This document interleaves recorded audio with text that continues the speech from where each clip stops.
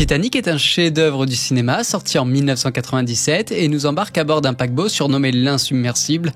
Lol. Enfin non, pas lol, plus personne dit ça. Bref, un paquebot du nom du Titanic, d'où le nom, qui lors de sa première traversée de l'Atlantique va percuter un iceberg et couler. Ah, j'avais prévenu qu'il y avait du spoil. Bref, durant cette traversée, Jack, un homme modeste qui gagne sa vie en dessinant des femmes nues, va croiser la route de Rose, une bourgeoise qui souhaite aller dire bonjour aux poissons. Les deux vont vivre une histoire d'amour aussi passionnelle qu'éphémère, puisqu'après un court voyage dans les étoiles, le Titanic percute violemment un iceberg, ce qui forcément jette un froid. Les deux amants finissent à la flotte, mais comme l'eau s'amouille, Rose monte sur une porte qui flottait par là. Jack, lui, c'est un bonhomme et il décide de continuer son aquagym, créant l'un des plus grands débats du 7e art, car évidemment qu'il y avait de la place pour deux là-dessus. Enfin, de toute façon, le bateau coule, du coup, à plus de bateau, Jack coule aussi, du coup, à plus de Jack, et pourtant, il y a bien une suite sortie en 2012. Mais ce n'est pas n'importe quelle suite, c'est une suite direct to vidéo.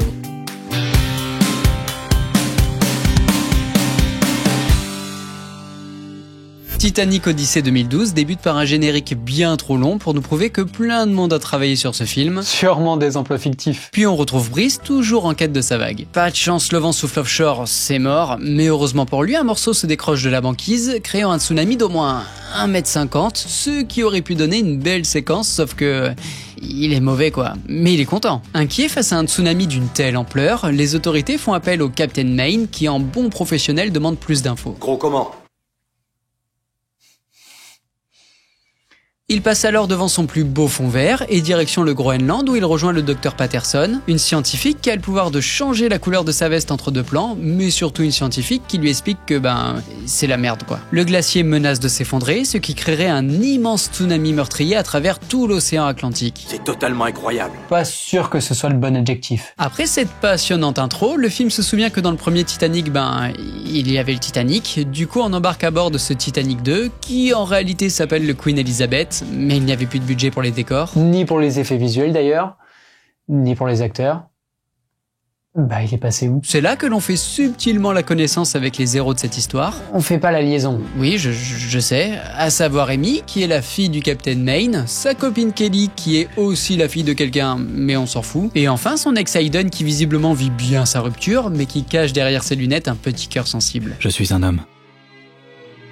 Mais j'ai des fêlures. Une fois tout ce beau monde à bord, les scènes inutiles s'enchaînent, les figurantes s'ennuient autant que nous, mais fort heureusement il est grand temps de larguer les amarres, accompagné d'un magnifique feu d'artifice et de la patrouille de France. Ah c'est là qu'il est passé le budget. Forcément il y en a plus non plus pour la réal, qui nous ressort ses plus beaux plans, enfin ses plans, et le Titanic 2 quitte New York pour une destination qu'il n'atteindra jamais. Le sommet du box-office? Non, enfin si, mais bref, le bateau quitte à peine le port, en perdant au passage son nom sur la proue, que Amy et Hayden se rejoignent déjà sur le pont. On apprend que pour le jeune homme, leur relation... c'est du passé. La mort de son père qui lui a légué sa fortune, son entreprise et ce Titanic 2... c'est du passé. La carrière de Norman... c'est du passé. Pendant ce temps, au Groenland, un personnage que je vais appeler Scrat provoque la fracture de la banquise, la création du tsunami tant redouté et surtout la disparition de ses lunettes, mais pas d'inquiétude, elles réapparaissent le plan suivant. C'est totalement incroyable. Tout aussi incroyable que la fuite du Captain Maine et du Dr Patterson à bord d'un hélicoptère. Aussitôt en sécurité, ils alertent le Titanic 2. Alors qu'à bord, les passagers semblent autant s'amuser que devant le dernier Astérix, le commandant leur demande de mettre leur gilet de sauvetage au plus vite, mais les gens ils restent là,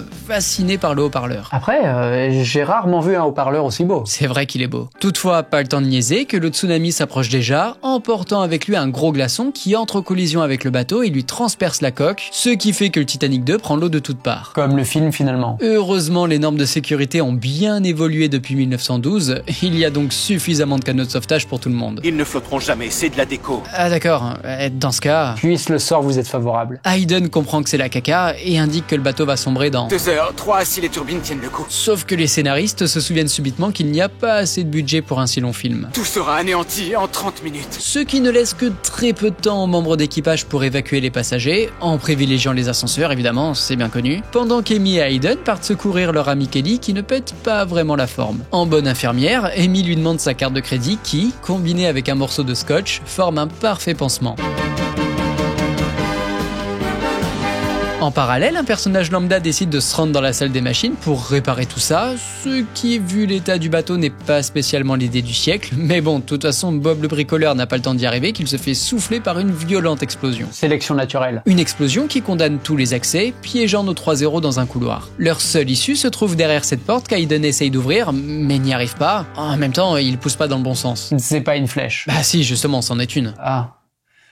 Autant pour moi. Du coup, pas le choix, il doit sortir ses biceps. Problème, ça fait un moment qu'il n'a pas été à la muscu et il laisse la porte se refermer violemment sur Kelly qui, comme McClane, se trouvait au mauvais endroit au mauvais moment, lui offrant une mort que l'on peut qualifier de claquée. Aiden a bien un rib pour faire un garrot. Alors je sais pas ce qu'il a, mais je sais ce qu'il a pas, et ça s'appelle la conscience, car après lui avoir refermé la porte dessus, après avoir piétiné son corps qui maintient le passage ouvert, ce dernier nous offre sa version des faits. On a fait tout ce qu'on a pu pour elle. Du coup, au revoir Kelly. Quelle ironie. Kelly est respect. Quel hippopotame. Bon, je crois qu'on a fait le tour. Restons plutôt focus sur cette nouvelle péripétie où il se retrouve encore bloqué. Aiden se souvient vaguement que l'eau et l'électricité ne font pas bon ménage, tandis qu'Amy, elle ne semble pas être au courant. Je suis pas électricienne. Je n'ai pas non plus l'étoile la plus brillante. Dans le doute, il préfère passer au-dessus, profitant de ce moment suspendu à un gros tuyau pour nous mettre en avant la beauté du script. Tu peux le faire.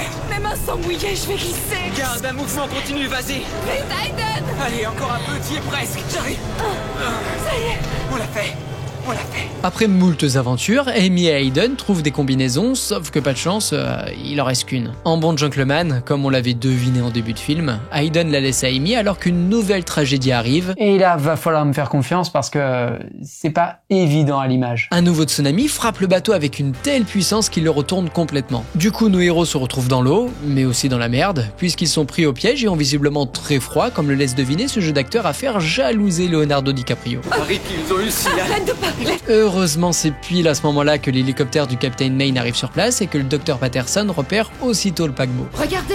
Effectivement, ça saute aux yeux. Du moins, autant que les qualités du film. Et ni une ni deux, le Captain Maine plonge à la rescousse de sa fille, et si possible de l'autre là. Mais malheureusement, c'est trop tard. Aiden se noie tandis qu'Amy visite tranquillement le navire en tirant son cadavre avant de retrouver son père. Ensemble, ils remontent à la surface et après plus de 10 minutes en apnée, après un massage cardiaque tout aussi long, Aiden est... toujours mort, hein, faut pas rêver non plus. Bref, j'aurais jamais cru, mais le Titanic 2 disparaît dans l'Atlantique, Amy pleure dans les bras de son père, le jour se lève, et c'est la fin de cette suite direct to vidéo, qui ira surtout direct to la poubelle. Un grand merci d'avoir regardé ce nouveau format. C'est un peu plus chill qu'une suite de trop ou qu'une suite au top, parce qu'ici, pas d'analyse. En même temps, pour ce qui est à analyser, j'espère que ce nouveau format vous a plu. Si c'est le cas, n'hésitez pas à liker, commenter, partager, tout ça. Et je vous dis à très vite pour la suite.